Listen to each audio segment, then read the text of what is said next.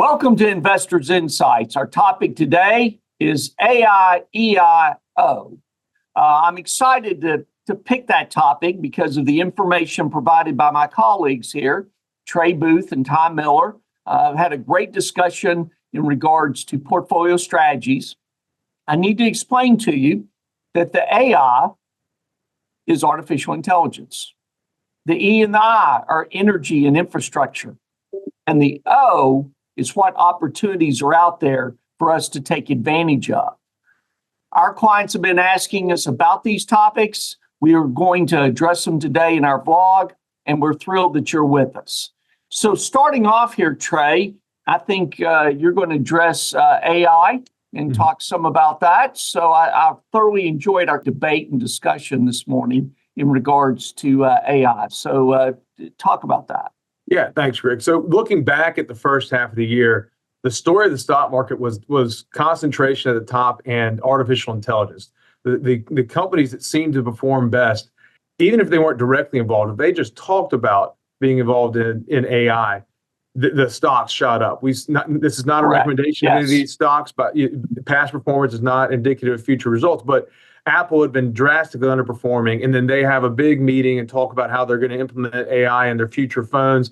Stock jumps 12% in a few weeks. And you can see here the market on this chart, the market has been extremely concentrated.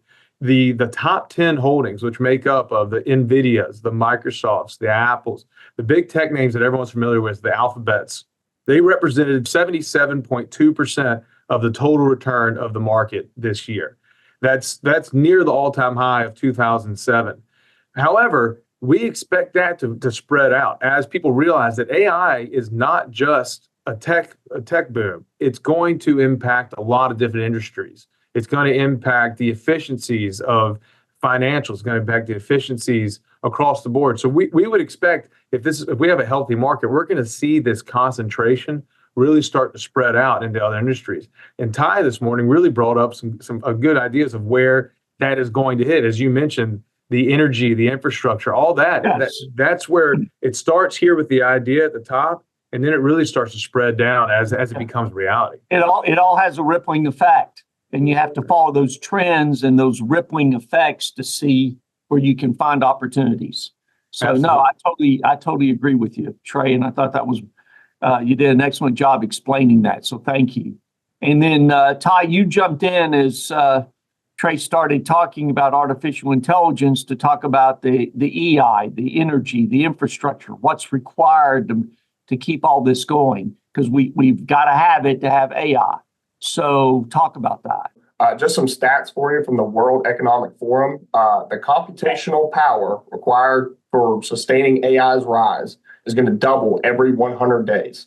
By 2028, AI can be using more power than the entire country of Iceland used in 2021.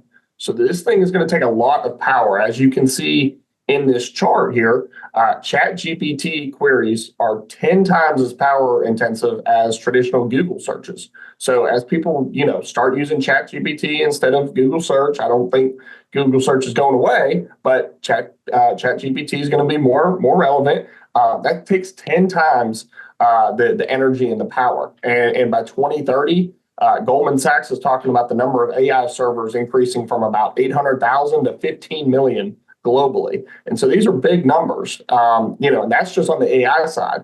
If you look at this chart here, this is global trends in digital and energy, indicators overall from 2015 to 2022. You can see internet users up 78% in just those 7 years, internet traffic up 600%, data center up 340%. I mean, these are big numbers, and we're talking about, another 117% increase projected from 2022 to 2026, just 4 years, talking about the terawatts that data centers are going to be using. And so with all of this kind of energy demand, you being brought on, AI has been great, but we're going to need to find sources to supply all of this energy. No, you're right, and we're going to have to look at a variety of things to do that. So there's still a lot to take place here. I'm a big fan, in fact, stay with me, a big fan of Ray Kurzweil. And Ray has a new book out that I'd highly recommend in terms of the singularity is nearer. And he was the one that predicted by 2029 that artificial intelligence would be able to think for itself. That's a pretty scary thought. So it's not an exciting read, but it's informative. But then based on that, you can do, as Trey talked about, you can do all these projections about AI. But unless we have the energy, unless we've got the infrastructure, it's not going to be effective. So we'll see. We will see what happens. But those are the kind of trends we look at here. And I really appreciate the work the two of you have done. So I thank you for that. And with that said, we hope you forward this vlog to friends, family, and colleagues who are talking about AI. We hope from the standpoint that you've gotten valuable information.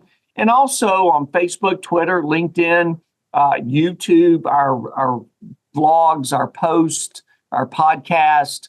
We hope you're seeing all the information that we're providing because we like to educate you and give you knowledge so you understand how we're managing your money in relation to your financial blueprint. So on that note, we wish you an incredible week.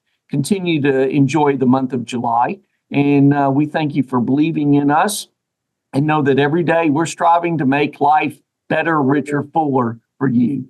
Thanks. Have a great week.